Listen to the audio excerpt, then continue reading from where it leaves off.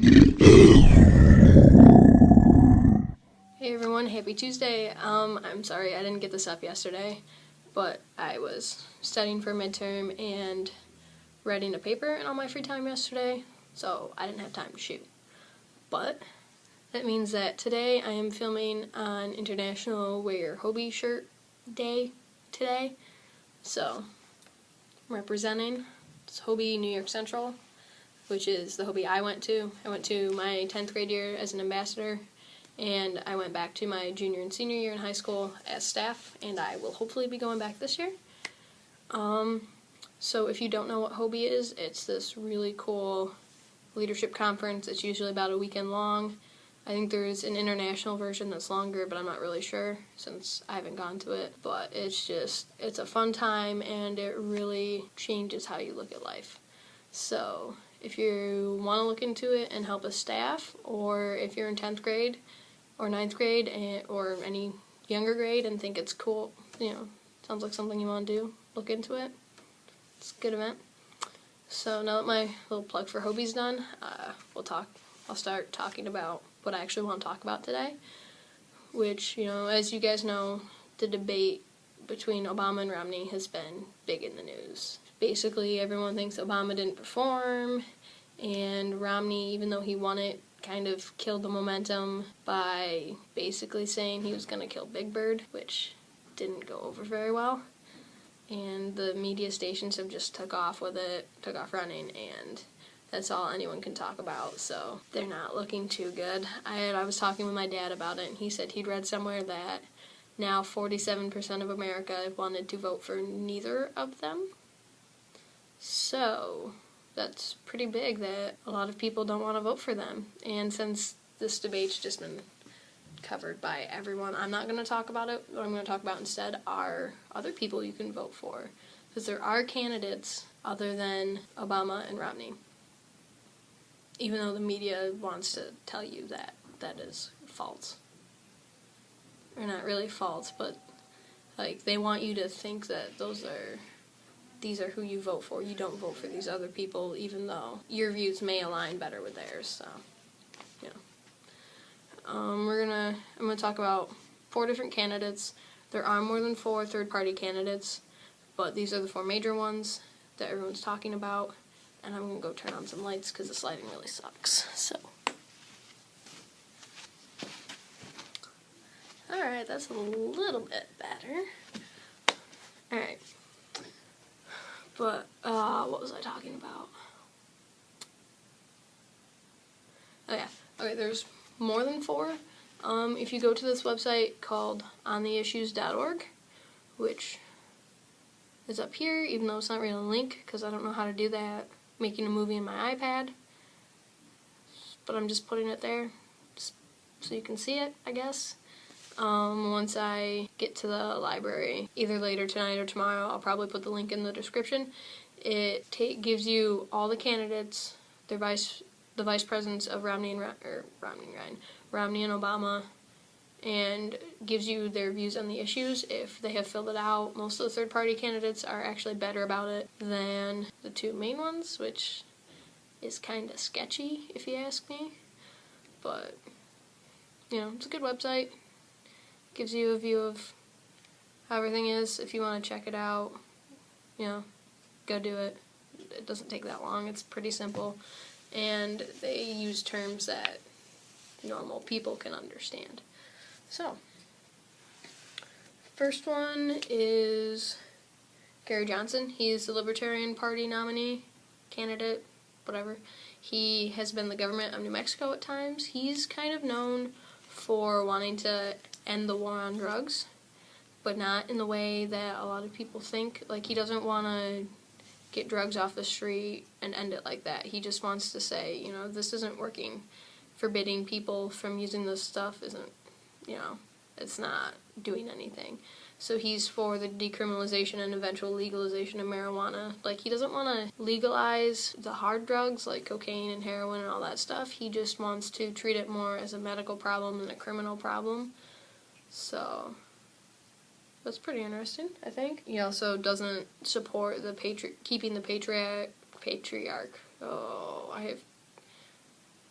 You can tell that my midterm was in cultural anthropology.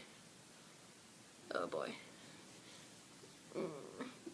It's been a long couple of days. Okay.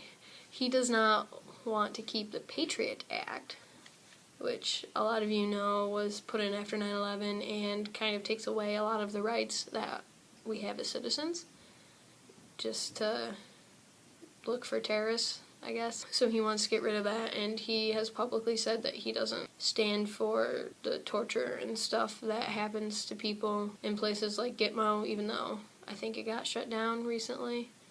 But he thinks a military tribunal is the best way to go for trying terrorists and stuff, and not taking them to somewhere and torturing them until they say whatever their captors want them to say.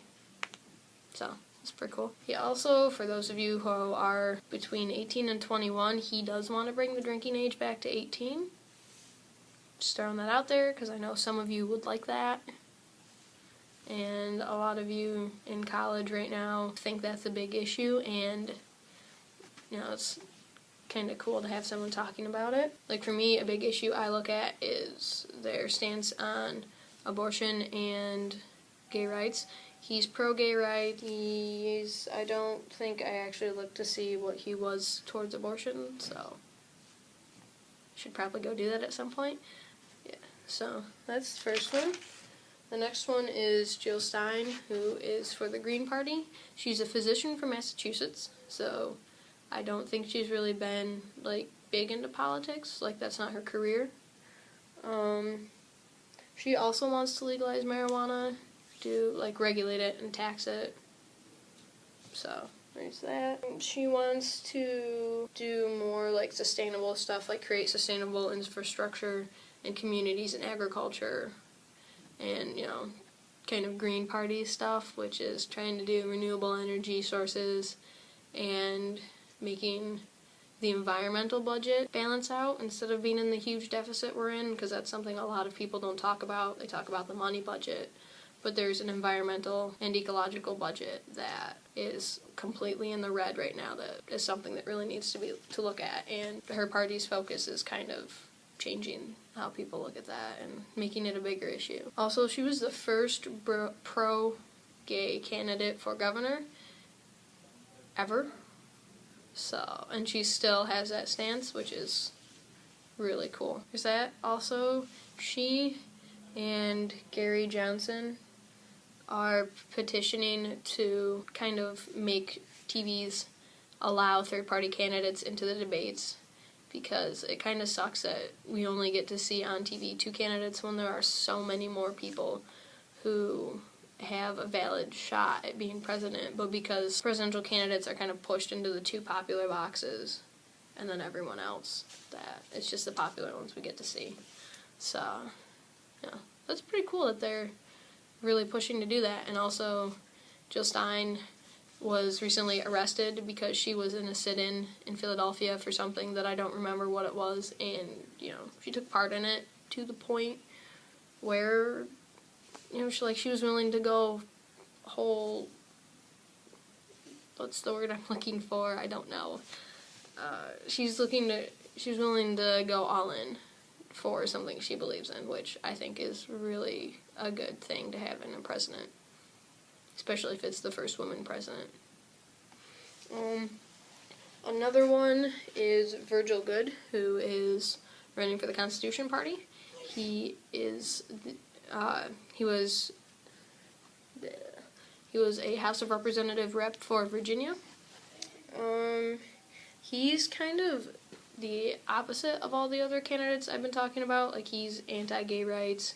He's more into coal and oil industries and renewable energy sources. He's also not really big on abortion, and he wants to keep the Patriot Act. So, he's also really anti-immigrant. He wants illegal immigrants to leave, and he's not a big fan of legal immigrants from places that aren't Europe. So, if you like that, he's there. He's also anti-gun control, so I guess he's got that going for him. But, he's a big candidate. He's there. And then Rocky Anderson is the fourth one. He is for the Justice Party, and he's the current mayor of Salt Lake City. He is, again, he's pretty liberal. He thinks abortion is a woman's rights. He's very pro-gay marriage.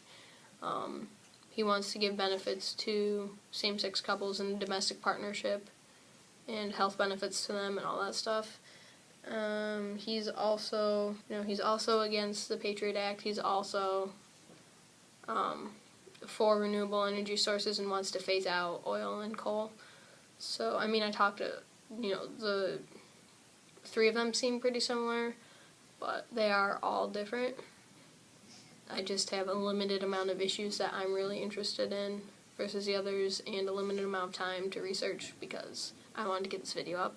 So if you want to learn more, go to that website. They are also having a debate at the University Club in Chicago on October 23rd. It's going to be streaming live over the internet. I don't know if it's on TV or not, because it said, the site I found, it said it was streaming live over the internet and via satellite, but I'm not quite sure what that means. So if it's on TV, I don't know what channel or what time. If you're interested, you can go search the interwebs for it when it gets closer. So, yeah, there are more people to vote for than Romney and Obama. So, if you guys want to look into that because you're just as disillusioned with them two as I am, then, here's a start. If you want to keep looking, it's your right as a citizen to know all your options.